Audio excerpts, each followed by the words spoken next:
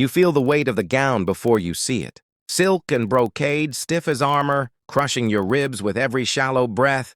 The bedchamber is vast and cold, despite the fire crackling in the stone hearth, and you can hear them outside the door, the witnesses, the priests, the courtiers who will not leave until they have proof. Your hands are shaking. You are 12 years old, and the man who now owns your body is a stranger whose wine-soaked breath you smelled for the first time only hours ago. This is not a celebration. This is a transaction, and you are the currency. Before we step further into these shadows, I'd be curious to know, where in the world are you listening from? It's extraordinary to me that we can share these forgotten stories across continents, connected by the same pull toward the hidden corners of history. The year is 1114, and in the frost-gripped Cathedral of Mines, a girl named Matilda of England walks toward an altar she can barely see through the fog of incense and her own terror. She is the daughter of Henry the Horn, a king, who sees kingdoms in her womb and alliances in her blood. Across from her stands Henry Vip, Holy Roman Emperor, a man of 28 winters, his face carved by war, his eyes empty of affection. The marriage was arranged when she was 7. She has spent the last 5 years in a foreign land, learning a foreign tongue, preparing for a role no child should know. And now, as the bells toll across the Rye Valley and the Archbishop's voice drones through Latin, she only half understands, the final lesson begins. Medieval wedding nights were not private affairs. They were political theater. The union had to be witnessed, verified, consummated under scrutiny to ensure legitimacy. The bed itself was blessed by priests, the linens inspected, afterward for the stain that would prove her purity and his potency. In the flickering torchlight of the imperial palace, Matilda stands as servants strip the mattress bare as women she has never met, undress her with efficient, indifferent hands. The emperor enters. He does not speak to her. He does not need to. The door closes, but it is not locked. Beyond it, the court waits. What the chronicles do not record. What they never record is the sound of her breathing, the way her body stiffened, the cold that seeped into her bones despite the furs piled on the bed. History remembers the alliance. It forgets the girl. Matilda was not alone in this. Across the medieval world, queens and noble women were married as children, their bodies offered up before they were ready, their worth measured only in the sons they might produce. But the fear they carried into those chambers was not just of pain. It was of failure, of barrenness, of dying in childbirth before ever seeing their 16th year. And beneath it all, a deeper, quieter terror that no one would ever ask if they were afraid. 50 miles south of Matilda's wedding, in the sun-drenched vineyards of Aquitaine, another young woman prepared for her own reckoning. Eleanor was 15 when she married Louis VII of France in the summer of 1137 in the Cathedral of Saint-André in Bordeaux. She was not a frightened child. She was the Duchess of Aquitaine, the wealthiest heiress in Europe, a woman who spoke 4 languages and rode her own horse. But wealth and power do not soften stone, and Louis, 17 and raised in a monastery, approached their wedding night with the hesitation of a man who had been taught that pleasure was sin. The bedding ceremony unfolded as it always did. The priest blessed the bed with holy water.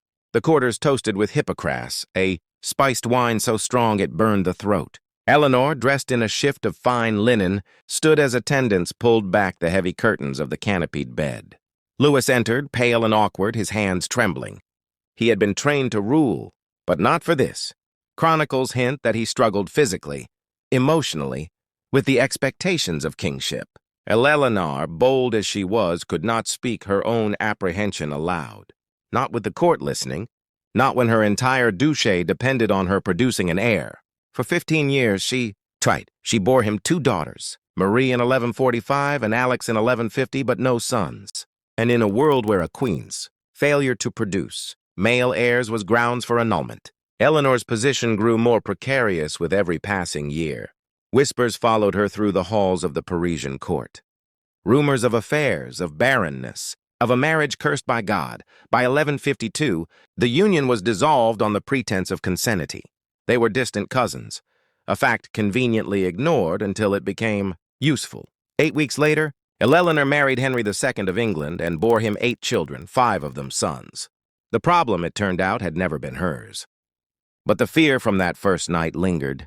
the fear that her body might betray her, that the pain and humiliation of the wedding chamber would be for nothing, that she might die trying to give them what they demanded.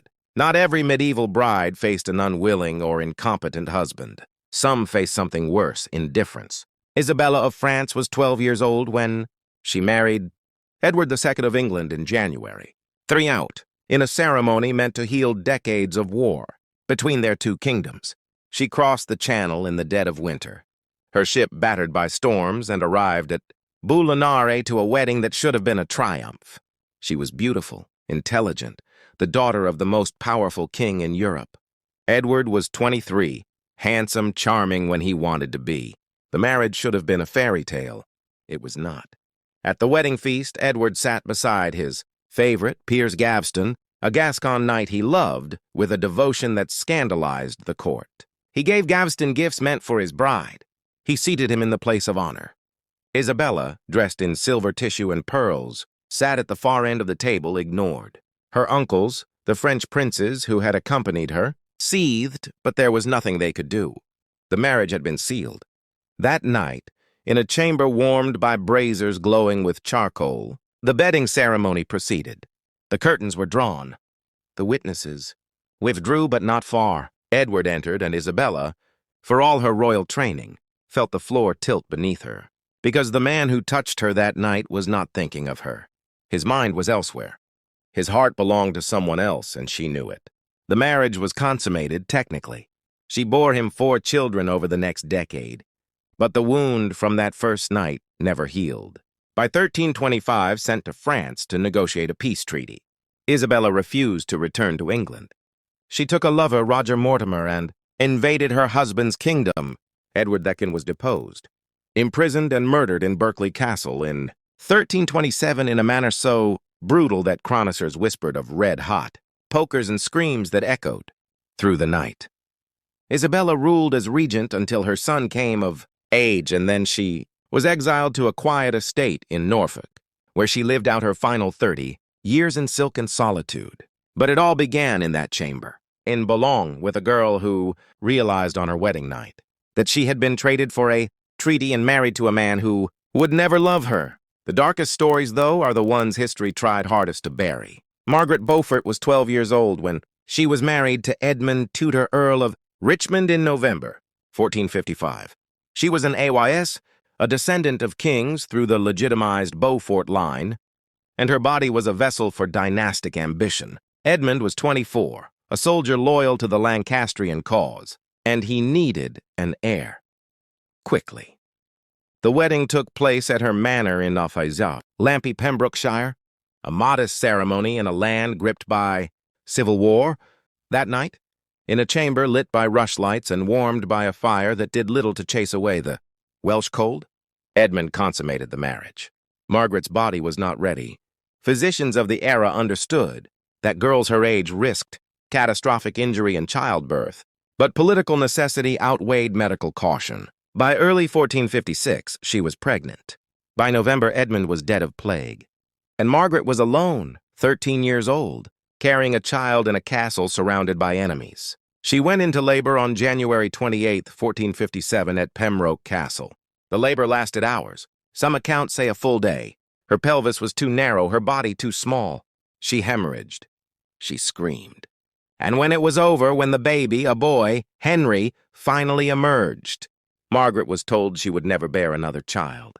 The damage was permanent. Henry Tudor would grow up to become Henry VII, the founder of the Tudor dynasty. But his mother paid the price. For the rest of her life, Margaret walked with pain.